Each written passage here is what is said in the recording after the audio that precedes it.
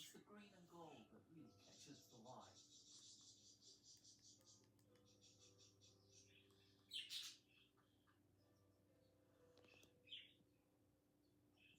A tree with bare limbs, and on most of the limbs, particularly up towards the top, the birds settle. Budgericars. The birds aren't separated by distance, often alighting on the branch in close proximity. In contrast to the close relatives, the cockatoos. For these large birds, when they alight on a perch, are separated by a good distance to allow for opening and closing of their larger wings. But the budgie flock is always